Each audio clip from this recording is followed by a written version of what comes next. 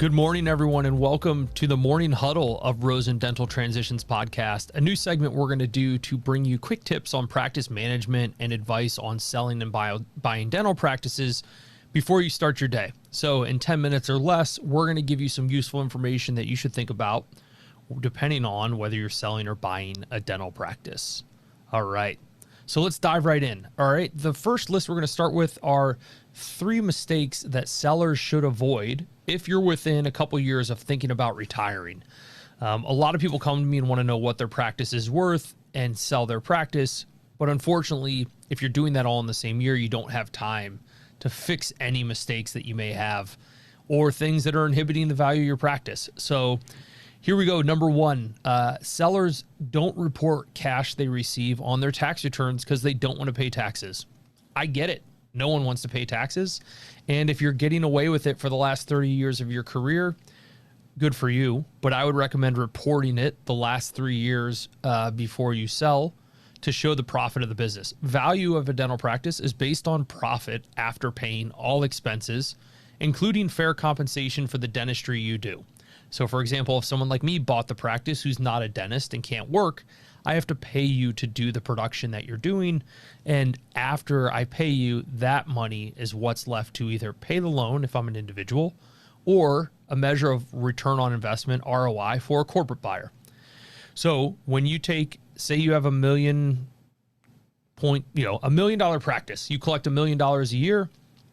If you don't report $60,000 in cash because you don't want to pay taxes on it, that will lower your purchase price by about $300,000. So when I tell you your practice is worth $650,000 instead of $950,000, and you say, well, Dave, I take all this cash in and I don't put it on my tax returns, the new buyer is going to make that. It's there. Trust me.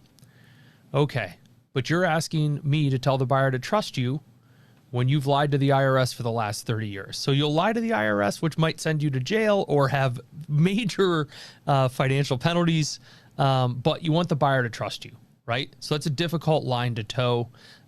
So when you're getting close to selling, start reporting the cash on your tax returns. And listen, if you're not willing to do that, that's fine.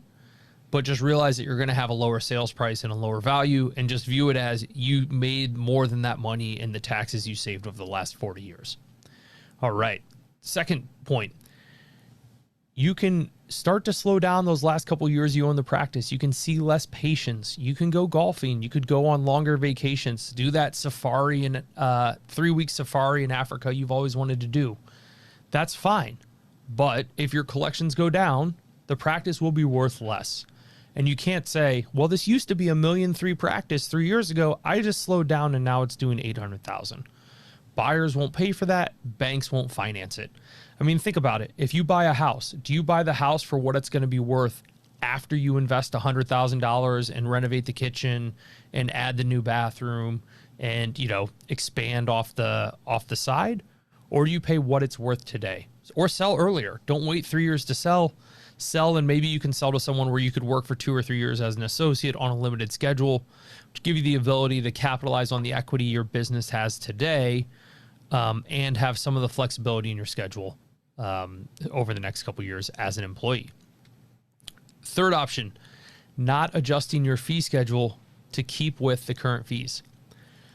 I understand that insurance reimbursement rates stink and that they could potentially go down depending on the carriers that you are in network with. I get it. But what I've also found with every single practice that I've valued over the last 24 months is that practice owners do not appreciate how many of their patients are out of network or fee for service. And so again, in a $1.5 million practice, increasing the fees to be within the 80th percentile could mean $60,000 in pure profit for your business. And also that's $300,000 on your sales price. So it doesn't take any extra employees. You don't have to change the way you run your business. All you have to do is make sure that your fee schedule is current with the market, and the profit of your practice could increase substantially. So if you don't know how to do that, contact someone on your Rosen accounting team or us at Rosen Dental Transitions. We can give you the fee schedule by percentile for your immediate zip code and help you make those adjustments.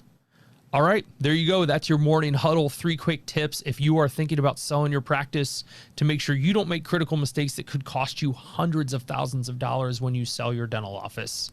Thank you and enjoy the rest of your day.